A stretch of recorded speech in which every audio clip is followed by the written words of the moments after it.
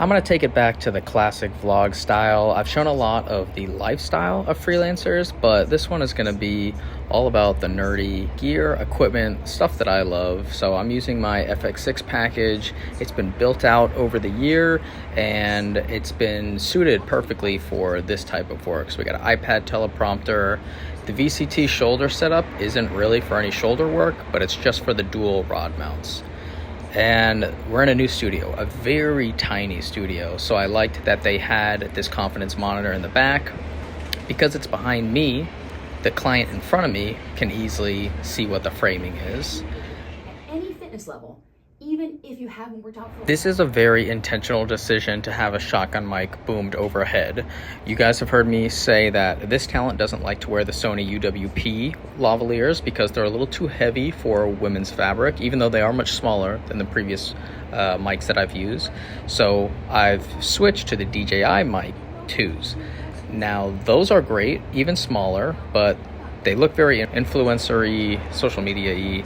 We would rather just not see it at all. And also, we are doing a ton of wardrobe changes. So the ability to just have the mic boomed overhead allows for the wardrobe changes to go even faster and make it more seamless. Now, I love the Lantern 200X combo. It's just so small, so simple, but since we're doing green screen, I had to rent a few more lights, and in that case, I used this new Light Dome 3 on my 300C. It's great, it's soft, but it's so big, and I don't think I like the trade-off of how much space it takes versus what it offers.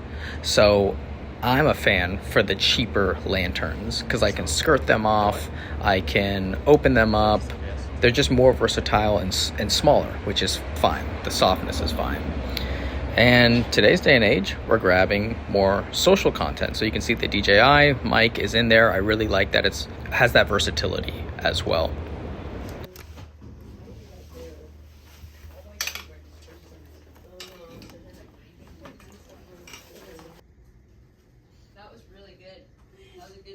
Not bad for a full day rate. This literally sounds like a cult, but when I was working in the Bahamas, a producer introduced me to the American Express Platinum card, and they were saying, this is how much you have to pay. These are the perks you get. If you're a frequent traveler, it really helps. I'm really glad I went ahead with it and bit the $700 a year fee because I'm able to get so much more out of the travel that I'm already doing. Case in point for this retainer, I have to book travel. So if I do it through the Amex platform, then I get to get 5x points. You can see on that card, I get so many perks. So in this one, I took advantage of a $200 credit on the hotel that went back to me, even though the client paid for the hotel. I got a $100 dining experience, which I could have used at the spa. And then most importantly is my airline travel is so much better that I have access to all these lounges. And it's not just the Centurion Lounge, it's the Priority Pass, Plaza Premium, and Delta if you get a Delta ticket. So I just want to share that because it's been such a game changer that elevated my freelancing life, I'll say that. If I can find things like that elevate this area, then I can also find things like the art of documentary that enhances my network, my ability to connect with people, get some knowledge. It's not for everyone, but I know they're going to open doors in September, and I just wanted to throw it out there. If you're thinking of, I feel like I'm kind of just like sitting alone, this is a good community to be involved with. There's been more than one time that I've gotten work from their exclusive Facebook group, or I've been referred to, or people have even found this channel. It just helps the more connected you are. So when they open doors, I'll share more info on that. Because there is an inclusive community. Right there? Yeah. Okay, and ready? And 3, 2, 1.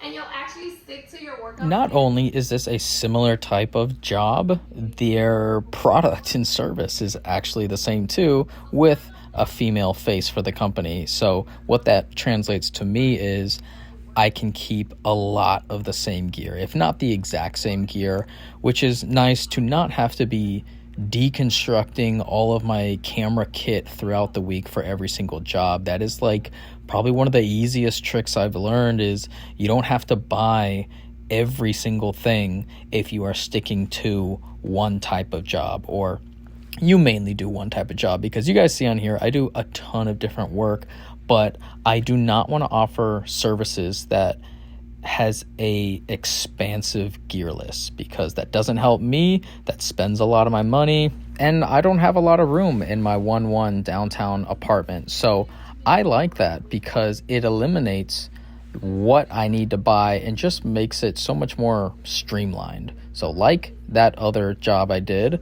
we still need to get some social content. Again, the DJI mics coming in handy. I think for this one, we just went with raw camera audio because it's so close, and they do want to mimic UGC content. So here's the script breakdown, here's the example video we want it to look like, and just kind of adding in some professional elements here and there, but not overproducing it. 200x giving a little bit of splash on the background because this house has windows on the backside but nothing on the front, so it kind of gets into a dark cave. And that's the fun part, is even though we're getting some iPhone stuff, I still get to use my filmmaking videography knowledge. So no lavaliers on this one, just like that other job. I do like using a boom when possible. You need a little bit more space. You have more footprint. There's more cables to trip over, but it really is nice for this type of situation, because she was even happy that, oh, I don't have to take the mic off to go to the bathroom. And then in typical Florida fashion, it starts raining, the sun goes away, and all the ambience in the room changes completely. A lot more neg, basically. I can fit my entire production kit inside of a Subaru BRZ, and that all fits onto an Adicam Mini.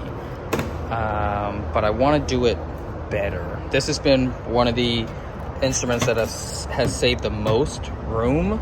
I have two lights in here. I have a 300C, a Stinger, and a 200X is in there as well. But this is the long bag. Let's see if I can pull this out. That is a great case. This is a Tenba case. Come on, baby. Hold on. So this is a beautiful bag from Tenba. It has 4 light stands in here, and one of the stands is a collapsible boom arm. And this is great, but it takes up too much room on that bottom shelf. So I want to mount it vertically. Like, I need to put a base plate down here, some type of, I don't know, plate that comes out, and put this on it, and then strap it to here, because it's taking up too much room down there. Also, like, bending down with like 30-40 pounds, like, over and over again, especially every time I want to access this light, is a lot on your back. And I want to kind of have this functionality. So this is what I hang my tripod on. So I want to have this hooking feature down there so that I can just put the bag on it. Like this. Let me show you. Okay, so tripod. And where is it? There it is. This just goes like that. Honestly, that felt really good to give a nerdy gear focused vlog again, but I do think it's important to share a lot of the freelancing lifestyle type of information, because it's just as relevant if you're trying to be successful. I'm gonna let this roll. This was just one round of boxing, very light sparring from last night. It's super important to stay active. You know, I've always had an active lifestyle. This is different. You know, this is a beginner class, but I always feel anxious before I go, and I'm always glad that I go. You work with so many different skill levels. Like, this guy's just being nice, just playing with me, and it's really hard for me to find entries, and so I have to think of different combos to get my way into the pocket.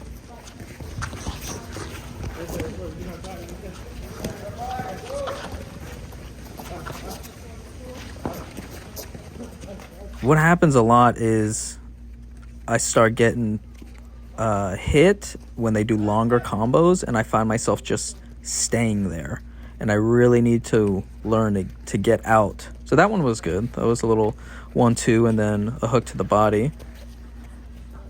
But a lot of times you're just overthinking it so much, or at least I am. And see that big dude with the dreads on the right, that was the first guy I went with, and that's just amazing that I get to work with such different sizes of people. It's all fun.